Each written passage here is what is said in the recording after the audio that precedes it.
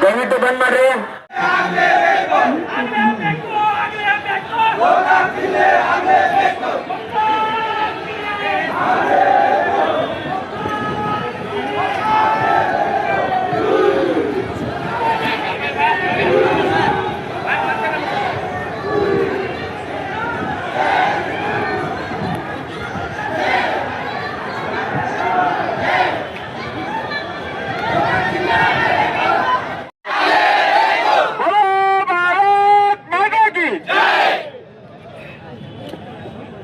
ಹೋಗಂತ ಸ್ವಾಗತವನ್ನ ಕೋರ್ತಾ ಹಾಗೂ ನಗರದ ವಿವಿಧ ಸಂಘಟನೆಗಳಿಗೂ ಹಾಗೂ ಎಲ್ಲ ಮಹಾಜನತೆಗೂ